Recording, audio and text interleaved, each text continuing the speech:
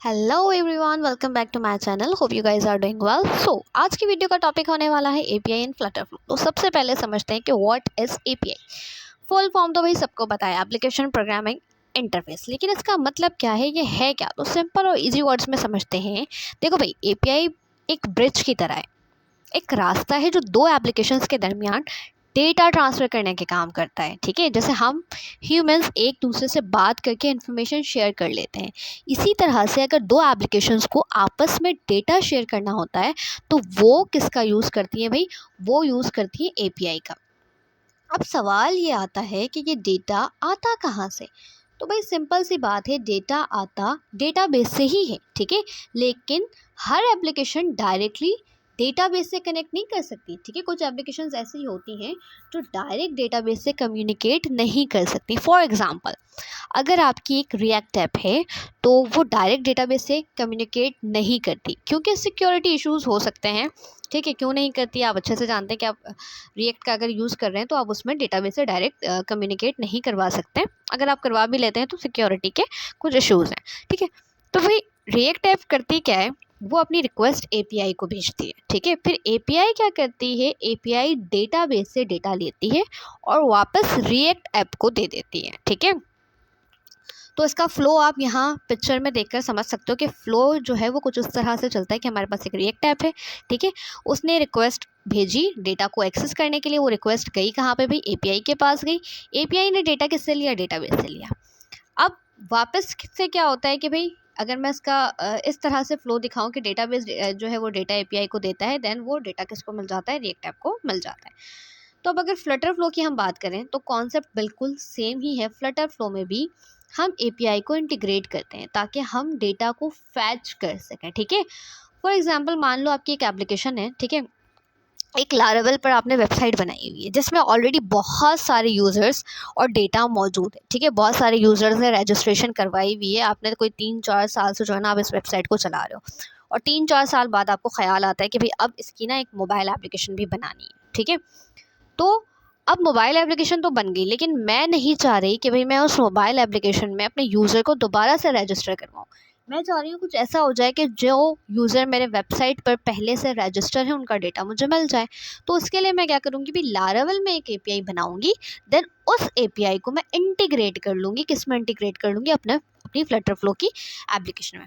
तो कुछ इस तरह से आप इजीली क्या कर सकते हो, अपना डेटा एक एप्लीकेशन से दूसरे एप्लीकेशन में ईजिली ट्रांसफ़र कर सकते हो। ठीक है, तो बस सिंपल वर्ड्स में, ज़्यादा टेंशन नहीं लेना, बस सिंपल वर्ड्स में समझना है। एपीआई एक मैसेंजर है जो डेटाबेस और एप्लीकेशन के दरमियान डेटा को सेफली ट्रांसफ़र करता है, या दो एप्लीकेशंस के दरमियान भी डेटा आपका सेफली ट्रांसफ़र हो जाता है। ठीक है, अब हम थोड़ी सी बात जो है ना एपीआई रिक्वेस्ट की भी कर लेते हैं कि भाई ये एपीआई रिक्वेस्ट क्या होती है।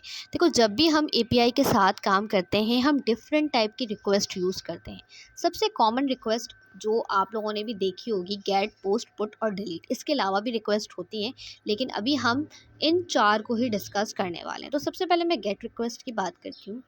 तो भाई गेट रिक्वेस्ट का क्या काम होता है? गेट रिक्वेस्ट का यूज़ क्या होता है कि डेटा को जब भी आप रीड करना चाहते हो, डेटा को जब भी आप फेच करना चाहते हो, बेसिकली अगर किसी भी ऐप से आपको डेटा लेना है तो उसके लिए आप किसका यूज़ करोगे? गेट रिक्वेस्ट का। ठीक है, एग्जाम्पल जैसे आप ऐप ओपन करते हो और यूज़र की लिस्ट या प्रोडक्ट आपको दिख रही होती है। ठीक है, तो वो जो डेटा व्यू कर रहे हो वो by the help of get request ही कर रहे हो। ठीक है, अपनी एप्लीकेशन में डेटा को व्यू करवा रहे हो, रीड करवा रहे हो, वो किसकी हेल्प से करवाते हो भाई? गेट रिक्वेस्ट की हेल्प से।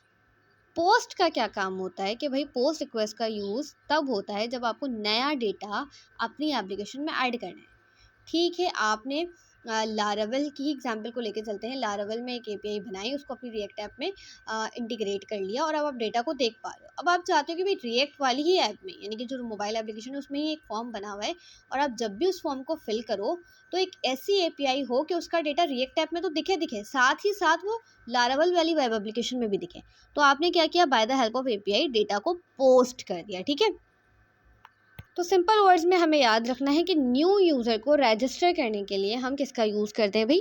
पोस्ट रिक्वेस्ट का यूज़ करते हैं। ठीक है, अच्छा जी, इसी तरह से पुट का क्या काम है? पुट बोलो या पैच बोलो, पैच भी अक्सर जगह पे आपने देखा होगा। पुट या पैच का यूज़ तब होता है जब एग्जिस्टिंग डेटा को आपने अपडेट करना हो। अब लाइक मैं कहूँ कि भाई ठीक है, मुझे मेरी लारावेल वाली एप्लीकेशन से लारावेल वाली वेबसाइट से डेटा रिएक्ट में मिल गया या फ्लटर फ्लो में मिल गया, फ्लटर फ्लो को ही लेकर चलो, फ्लटर फ्लो की सीरीज़ है। तो अब मैं क्या चाहती हूँ कि भाई मैं उस डेटा को ना फ्लटर फ्लो से अपडेट करूँ, तो वो अपडेट मेरे लारावेल में भी होना चाहिए, ठीक है। तो सिंपल पोस्ट कह रही हूँ, पुट का यूज़ हम क्यों करेंगे, डेटा को अपडेट करने के लिए। इसी तरह से डिलीट तो पढ़कर ही, नाम सुनकर ही पता चलता है कि अगर आपको डेटा को क्या करना हो भाई, रिमूव करना हो, तो उसके लिए आप किसका यूज़ करेंगे, डिलीट का यूज़ करेंगे, ठीक है। अब हम आते हैं अपनी प्रैक्टिकल की तरफ, ठीक है। सिंपल आपने एक क्या बना लेना है भाई, प्रोजेक्ट बना लेना है। अच्छा जी, तो यहाँ पर आ जाना है फ्लटर फ्लो में और यहाँ से आपने क्लिक कर लेना है न्यू प्रोजेक्ट पर।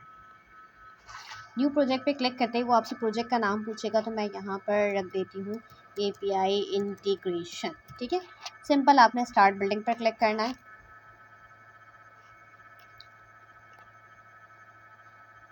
प्रोजेक्ट क्रिएट होना स्टार्ट हो जाए, ठीक है। अच्छा जी, यहाँ मेरा प्रोजेक्ट क्रिएट हो चुका है, मुझे कुछ बिल्ट इन विजेट्स मिल रहे हैं, लाइक ऐप बार है, कॉलम है। तो बिल्कुल स्टार्ट से जो है ना डिज़ाइन करते हैं। तो सबसे पहले तो मैं अपना API सेटअप कर लेती हूँ, फिर UI पर आएंगे, ठीक है। तो API सेटअप करने के लिए आपने सिंपल क्या करना है भाई, यहाँ से आपको आना है किस पर, API कॉल पर। ये देखो, ये जैसे ही आप क्लिक करोगे API कॉल पर आपको कुछ इस तरह का यूज़र इंटरफेस दिख रहा होगा। अभी फ़िलहाल मैंने कोई API कनेक्ट नहीं की हुई, तो आपको दिख रहा होगा भाई you haven't define an API yet, कि अभी तक आपने कोई भी API डिफाइन नहीं की। तो सिंपल यहाँ से आप ऐड के बटन पर क्लिक करोगे। ऐड के बटन पर क्लिक करते ही दो ऑप्शंस मिलेंगे, create API group, create API call. तो अभी हम सेकंड ऑप्शन चूज़ करने वाले हैं, API ग्रुप भी आगे जाकर रीड करेंगे। तो फिलहाल मैं क्या चूज़ कर लेती हूँ, क्रिएट API कॉल। जैसे ही मैं क्रिएट API कॉल पर क्लिक करूँगी, वो मुझसे पूछेगा भाई अपनी API का नाम बताओ, ठीक है। तो आपने यहाँ पर सिंपल कुछ भी नाम दे दो, मैं ले देती हूँ भाई माई API। अब वो कह रहा है भाई उस API का URL यहाँ पर लिखो, जिस API को आप क्या करने वाले हो, कॉल करने वाले हो, ठीक है। तो सिंपल क्या करना है भाई, उस URL को कॉपी कर लेना है। तो यहाँ से आकर मैं आ जाती हूँ रैंडम, ये वाली API है मेरी, रैंडम फॉक्स API के नाम से, ठीक है। इस API को जो है इसी इंटीग्रेट करने वाली हूँ मैं। अच्छा, इस API का मैं बता देती हूँ कि होगा क्या। इस API का काम क्या है कि जब भी आप इस API को हिट करोगे, ये आपको रैंडम फॉक्स की इमेज क्रिएट करके देगा, ठीक है। अभी फ़िलहाल इस API में मेरे पास एक ही ऑब्जेक्ट है। एक ही ऑब्जेक्ट का मतलब है कि जस्ट एक ही कर्ली ब्रैकेट है और इसके अंदर दो कीज़ डिफाइन हुई, इमेज और लिंक। आगे जाकर जो हम API इंटीग्रेट करेंगे उसमें हमारे पास मल्टीपल ऑब्जेक्ट्स भी होंगे, ठीक है। तो अभी जस्ट माइंड में ये रखना है कि इस API का काम क्या है कि जब भी आप इस API को हिट करोगे, ये रैंडम फॉक्स की इमेजेस जनरेट करके देगा और रैंडम लिंक्स जनरेट करके देगा। हम जस्ट अभी के लिए इस इमेज को इंटीग्रेट करने वाले हैं, इस इमेज को यूज़ करने वाले हैं, ठीक है। अगर मैं यहाँ से आकर आपको ये दिखाऊँ भी, कॉपी कर लेते हैं अभी और यहाँ से आके मैं इसको पेस्ट करके दिखाती हूँ कि बेसिकली ये करेगा क्या। जब आप इसको हिट करोगे, तो ये आपको रैंडम फॉक्स की क्या करके देगा, इमेज जनरेट करके देगा। तो यहाँ से आपने इस API को कॉपी कर लेना है, ठीक है। कॉपी करके पेस्ट कहाँ पे कर देना है भाई, API URL में आके पेस्ट कर देना, दैट्स इट। ऐड कॉल पर क्लिक करोगे और ऐड कॉल पर क्लिक करने के बाद हम इसका रिस्पॉन्स भी चेक करेंगे। तो रिस्पॉन्स कहाँ से चेक करते हैं, रिस्पॉन्स एंड टेस्ट पर क्लिक करोगे। जैसे ही आप रिस्पॉन्स एंड टेस्ट पर क्लिक करोगे, ये रही आपकी वो API जिसको आप कॉल करना चाह रहे हो। यहाँ से आप टेस्ट API पे जैसे ही कॉल करोगे, तो इसका जो भी रिस्पॉन्स है वो रिस्पॉन्स आपको यहाँ मिल जाएगा। देखो, यही एग्जैक्ट चीज़ यहाँ पर आ रही थी हमारे पास, ये रिस्पॉन्स मुझे यहाँ मिल चुका है। अब ये कहलाता क्या है, ये आपके पास पूरा जेसन कहलाता है। अब जेसन का मतलब क्या है कि ये आपके पास पूरी जेसन है। अब इस जेसन में से अगर मुझे किसी एक स्पेसिफिक पार्ट को अपने UI में दिखाना है, तो मुझे उसका जेसन पाथ यहाँ डिफाइन करना पड़ेगा। ये देखो, जेसन पाथ का ऑप्शन मिल रहा है आपको। जेसन पाथ का मतलब क्या है कि आपकी पूरी जेसन में से किसी भी एक स्पेसिफिक पाथ को आप क्या कर रहे हो भाई, टारगेट कर रहे हो। उस पाथ की हेल्प से आप कोई भी स्पेसिफिक चीज़ जो हो अपने UI में क्या करवा रहे हो, रेंडर करवा रहे हो। तो मैंने कहा मुझे अभी फ़िलहाल के लिए जस्ट इमेज चाहिए। तो यहाँ देखो, अगर आप इमेज को अपने UI पर दिखाना चाहते हो, तो उसके लिए यहाँ पर आपको जेसन पाथ दिया हुआ है $.image। डॉलर का क्या मतलब है? डॉलर का मतलब है ये पूरी जेसन। जैसे अगर मैं यहाँ आकर ऐड जेसन पाथ पर क्लिक करूँ और देखो बाय डिफ़ॉल्ट डॉलर सेलेक्ट हुआ है, डॉलर लिखा हुआ आ रहा है, तो डॉलर में आपको इमेज भी मिल रहा है और लिंक भी मिल रहा है। लेकिन जस्ट मुझे क्या चाहिए? इमेज चाहिए। देखो अब मुझे सिर्फ क्या मिल रहा है? अभी इमेज मिल रहा है। इसका मतलब क्या हुआ कि जेसन पाथ में जाकर आप क्या डिफ़ाइन करते हो भाई? उस की को डिफ़ाइन करते हो जिस की का डेटा आप अपने यूआई में रेंडर करवाना चाह रहे हो। अब इसको एक नाम देना है। मैं सिंपल दे देती हूँ भाई, फॉक्स इमेजेस। कोई भी नाम दे दो, आपकी अपनी मर्ज़ी है। ये वेरिएबल बेसिकली किसके लिए बनाया है? हमने इस इमेज के लिए बनाया है कि भाई जो भी आप काम कर रहे हो, आपने जो भी नाम यहाँ डिफ़ाइन किया है, जिसको भी आप जिसका भी डेटा गेट करना चाह रहे हो, उसको आपने फॉक्स इमेजेस के नाम से एक नाम यहाँ पर दे दिया। नीचे आकर सिंपल आप क्या कर दोगे? सेव। उसके बाद नेक्स्ट स्टेप क्या है? अब इसको अपने यूआई में रेंडर करवाना है। एपीआई सेटअप हो गया। इतना इजी होता है एपीआई सेटअप करना, ठीक है। अब मैं कहाँ पर आऊँगी? ट्रीज़ पर आऊँगी, अपने विजिट ट्री पर। विजिट ट्री पर आकर मैं कहती हूँ कि भाई अभी फ़िलहाल के लिए मैं सारा कुछ हटाकर खुद से ऐड करना चाहती हूँ। तो मैंने ऐप बार भी हटा दी और मैंने कॉलम भी हटा दिया, ठीक है। अब मैं कहती हूँ भाई मुझे क्या चाहिए? मुझे जस्ट इमेज को अपने यूआई पर दिखाना है, तो मैं एक विजिट ऐड कर लूँगी इमेज के नाम से। लेकिन क्योंकि मैंने आपको बताया कि जब जब आप इस एपीआई को हिट करोगे आपको एक नई फॉक्स की इमेज मिलने वाली है, तो मैं क्या चाहती हूँ कि मेरे यूआई में एक बटन हो और जब जब मैं उस बटन पे क्लिक करूँ ना तो मुझे नई इमेज मिले। तो मुझे 2 चीज़ें ऐड करनी है, पहले तो इमेज विजेट, दूसरा बटन का विजेट। तो उसके लिए मैं यहाँ क्या ले लूँगी? एक कॉलम। कॉलम के अंदर मुझे मेरा फर्स्ट विजेट जो चाहिए वो किसका चाहिए भाई? इमेज का विजेट चाहिए। और सेकेंड विजेट जो मुझे चाहिए वो मुझे क्या चाहिए भाई? बटन, ठीक है। अच्छा अब क्या हो रहा है? यहाँ से आकर अगर मैं दिखाऊं, इमेज की जो यहाँ पर विड्थ डिफ़ाइन है वो क्या डिफ़ाइन हुई है? एक बार चेक कर लेते हैं। ये रही 200। मैं इसको यहाँ से आके कर देती हूँ भाई 350 समथिंग, ठीक है। या ऐसा करते हैं 400 कर लेते हैं। सेट है। अब बटन, तो बटन पर जो टेक्स्ट लिखा हुआ है ये मुझे हटाना है। मैं कहती हूँ कि भाई इसका नाम मैं रख देती हूँ चेंज इमेज, ठीक है। चेंज इमेज हो गया। और मुझे क्या देना जी? इस पॉइंट पर अगर मैं आपको इसका प्रीव्यू दिखाऊं तो ये मुझे कुछ इस तरह का प्रीव्यू दे रहा होगा, ठीक है। अभी हम प्रीव्यू में ही देख लेते हैं। जब हम एपीआई जो है अपने फ्रंट एंड पर इंटीग्रेट कर लेंगे तब जो है ना हम टेस्ट या रन मोड पर चलाकर देख लेंगे।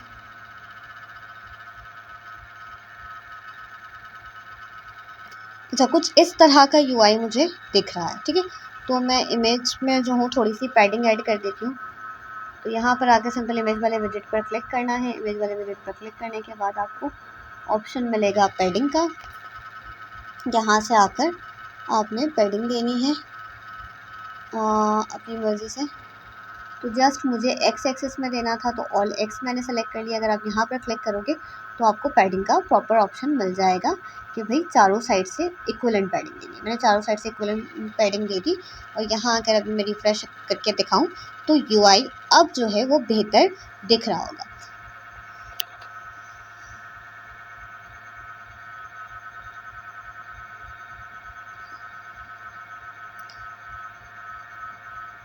देखो ये बिल्कुल परफेक्ट है।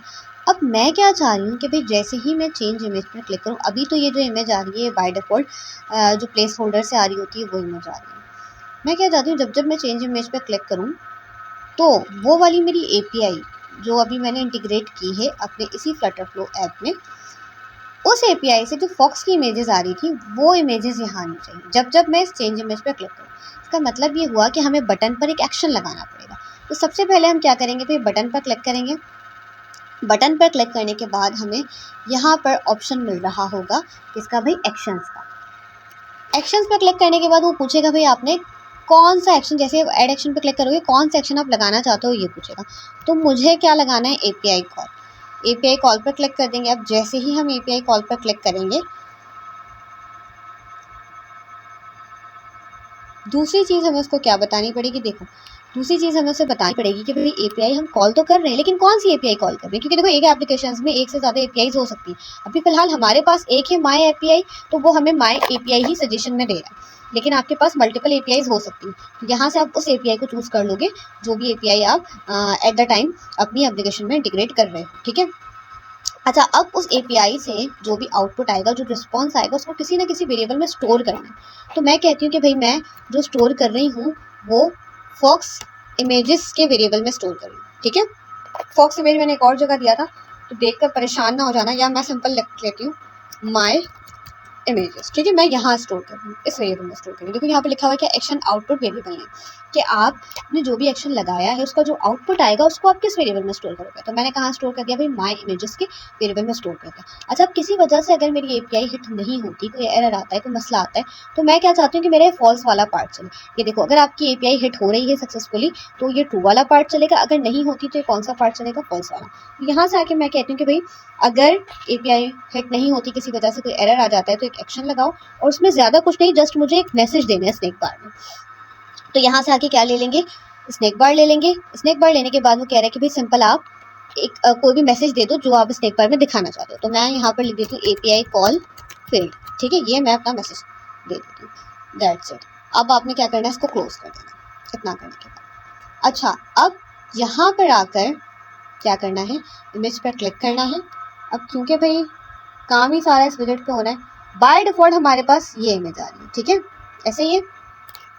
अभी मैं इसको कॉपी करके रखती हूँ, यहाँ से इसको हटाती हूँ। ठीक है, और कॉपी भी कर लिया साथ साथ। मैं पाथ पर क्लिक करूँगी और मैं कहूँगी कि भाई मुझे क्या दिखाओ, एक्शन का आउटपुट दिखाओ। ठीक है, और वो आउटपुट जो कि कहाँ पर जाके स्टोर हो रहा है, माय इमेजेस में जाके स्टोर हो रहा है। मैंने बटन पर एक्शन लगाया था, उस बटन के एक्शन पर जो भी रिस्पॉन्स, जो भी आउटपुट हमें मिल रहा था, वो स्टोर हमने कहाँ करवाया था, माय इमेजेस में करवाया था। अब वो मुझसे कह रहा है ठीक है भाई, देखो यहाँ पर API रिस्पॉन्स ऑप्शन का ऑप्शन मिल रहा है, यहाँ पे क्लिक करना है। जेसन बॉडी में रिस्पॉन्स आ रहा है। ठीक है, आपके पास जेसन, अब दो चीज़ें आ रही हैं, जेसन पाथ और प्रीडिफाइंड पाथ। अगर आपने पहले से कोई पाथ डिफाइन किया हुआ है तो आप इसको चूज़ करोगे प्रीडिफाइंड पाथ को। जैसे ही प्रीडिफाइंड पाथ को आप चूज़ करोगे, आपको वो पाथ दिखने लगेगा जो आपने कहाँ पर डिफाइन किया था, जो आपने यहाँ पर डिफाइन किया था। ठीक है, तो यहाँ से आके मैं किसको चूज़ कर लेती हूँ भाई, मैंने क्या लिखा था, फॉक्स इमेजेस। अच्छा, अब किसी सूरत अगर मेरी वो वाली इमेज नहीं आ रही, मेरी API हिट नहीं हो रही, तो वो कह रहे हैं भाई बाय डिफ़ॉल्ट भी आप जो है ना एक इमेज का लिंक यहाँ प्रोवाइड कर दो, एक इमेज की वैल्यू यहाँ प्रोवाइड कर दो कि अगर आपकी API से इमेजेस नहीं आ रही तो कौन सी इमेज हम देखें। तो जो मैंने यहाँ से कॉपी किया था मैं उसी को यहाँ पर रख रही हूँ। देन क्या कर देना है, सिंपल क्लिक, कन्फर्म पर क्लिक, बस इतना सा काम करना है, काम आपका हो गया। अब आपने क्या करना है, इसको सिंपल चला कर देख लेना। ठीक है, तो यहाँ से क्लिक करेंगे। अच्छा जी, तो ये आपका टेस्ट मोड में रन हो चुका है। UI देखकर परेशान नहीं होना, क्योंकि टेस्ट मोड में जब आप रन करते हो तो डिवाइस का फ्रेम नहीं आ रहा होता, बेसिकली उतना ही UI आता है जितना आपका कंटेंट है। ठीक है, तो अब जो हमने इम्प्लीमेंटेशन की थी उसके अकॉर्डिंग जैसे ही हम चेंज इमेज पर क्लिक करेंगे तो इस इमेज की जगह आपको फॉक्सेस की इमेजेस दिखनी चाहिए। ये देखो, जब जब मैं चेंज इमेज पर क्लिक करूँगी मुझे इस इमेज की जगह जो है एक नया फॉक्स की इमेज दिख रही। तो ये बिल्कुल बिल्कुल बिल्कुल बेसिक तरीका था API को अपनी फ्लटरफ्लो ऐप में इंटीग्रेट करने का। आगे जाकर जो हम इम्प्लीमेंटेशन करने वाले हैं उसमें हमारे पास मल्टीपल ऑब्जेक्ट्स होंगे। ठीक है, होप सो आपको मेरी वीडियो से कुछ ना कुछ समझ आया हो। तो अगर कुछ भी समझ आया हो तो kindly subscribe my channel and like my videos. Thank you so much.